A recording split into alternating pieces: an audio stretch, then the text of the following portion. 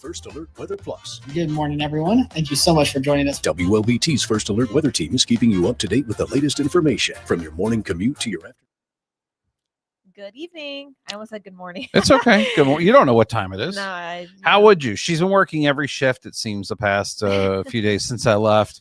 And, it's nice to turn on the TV at 3 a.m. and there she is. Yeah. I turn on the TV and, whatever, 10 o'clock at night, I'm seeing an update from you and Elise. Mm-hmm. Y'all have been holding it down, as we say in the industry, the technical term, holding it down. Holding down the fort. Yep, and you did a great job of it. I appreciate Thank you. that, and you've been really working hard. So we're not going to keep her that late here this evening because it's past her bedtime.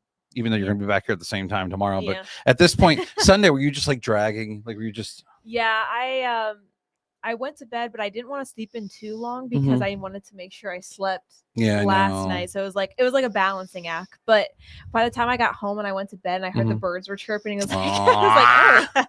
I know, isn't that the weirdest feeling, right? Yeah. Right. And you know how many times I've been in that situation? It's like I'll be here until 3 o'clock, sometimes 4 o'clock in the morning. And then I get home and you're like, just want to go to sleep. And when I used to have my dog, that would be okay. She'd be excited for me to show up. You know what I mean? So I'd let her out, do her thing, and then be like, all right, can we take a nice, long nap? And she'd go for that. She'd be like, all right, Lee, I don't know where you were. Yeah. I don't know what was going on. There's some loud banging outside the house while you were gone, but I'm glad you're home.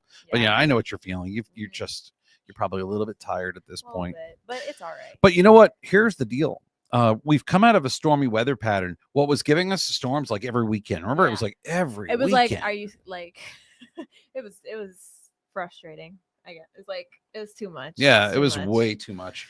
So overkill. And whatever, Mother Nature proved her point. We appreciate it. Thank you for your time. We're not interested anymore. We already no. We've moved on. We've moved on, and it's time for her to move on. But you know what? We're going to go through now several days of much cooler weather, which is good. Several days of dry weather. That's even better. Yep. We need a break from all the stormy weather. So we're out of the pattern. We only have a 20% chance for rain, and that's the highest chance for rain we have over the next 7 to 10 days. So that is a big deal right there. Yeah. Very much so. That system that you see further off near the Carolinas and Georgia, that's what brought us those stormy conditions Saturday night into Sunday. Thank goodness it's moved out. And now we are just going to be dealing with some calm, quiet, little bit cooler, at least over the next couple of days, conditions. Right now, we've finally seen more sunshine. The clouds continue to clear out. And right now, temperatures are holding at 60 degrees, but we still got a little bit of a wind coming out of the northwest at 14 miles an hour right now. It might be a little bit breezy this evening, but winds will really start to calm down in the overnight hours. But definitely going to need a jacket as you get ready to head out the door for your Tuesday. Temperatures tonight are going to fall into the low 40s. So definitely going to be a little crisp waking up tomorrow morning. But by the afternoon, it's going to be pretty nice. We'll be back into the 70s by Tuesday afternoon. Yeah.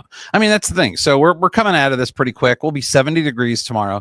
We'll be 80 by Thursday. And then there's another weak front that comes through, and that may knock us down a couple of degrees. But we don't have any extremes coming up, except I would say tonight and tomorrow morning are kind of extreme because it's going to be so chilly. And even Wednesday morning, too. But for some folks, remember, now we're getting into the middle of April. How many more mornings are we really going to have with temperatures in the low 40s? Right. Yeah.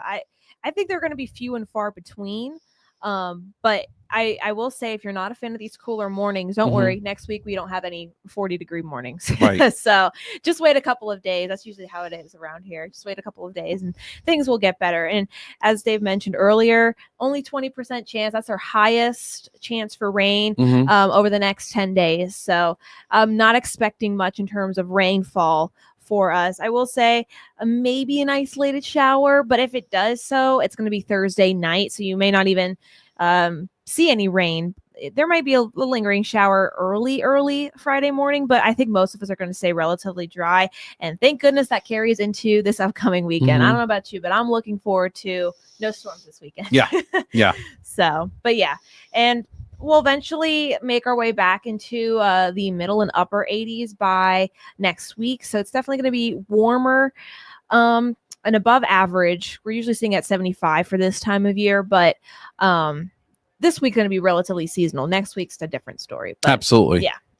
I'm with you on there. Temperatures between 70 and 80 degrees. Will be in the low 70s Friday and Saturday, and then we're going to be really popping up upper 80s going into next week. Hey, you saw 90 degrees last week. I did not see that. That was not on the bingo card. Yeah, that was not on my bingo. It felt like 95 with the humidity. That is one thing. Also, we weren't really expecting much in terms of humid conditions this week. That's fantastic. I might want to take off another week.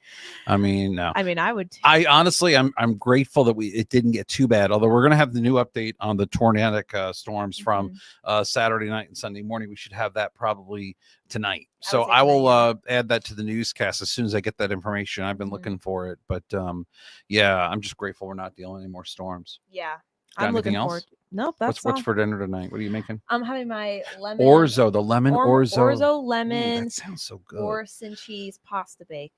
Pasta bake. So what kind of pasta? Orzo. Oh, it's just the orzo, right? I'm sorry. Okay, yeah. Courtesy of Elise, she sent me the recipe. Oh, really? Yeah, we like to share recipes. Oh, that's kind of cool. Okay. We like to share. Well, I can tell you one thing. I'll tell you one thing. You have good taste in ice cream. Okay, that goes without saying.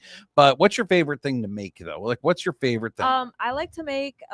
It's called a tabbouleh salad. Oh, yeah, you told me about this. It's a Mediterranean salad.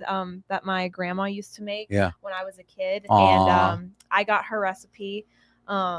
That my parents found in a cookbook. Oh my God. And they sent it to me. I still have it on my Get that phone. thing. Like, I don't know how to describe it. Like, you need to have that like as like a memento. Yes, it is very much so. So I like to make that every once in a while, more often than not, honestly. And it's honestly, I mean, it's relatively healthy. It's a salad. I like to make that. And I like to make these bacon wrap fillets. They're really good. Oh, that sounds great. They're really good. So my mom, she didn't leave me any recipes, and I'm a little bothered by that, but my mom made things just the way she made them. Now, my mom didn't cook a lot.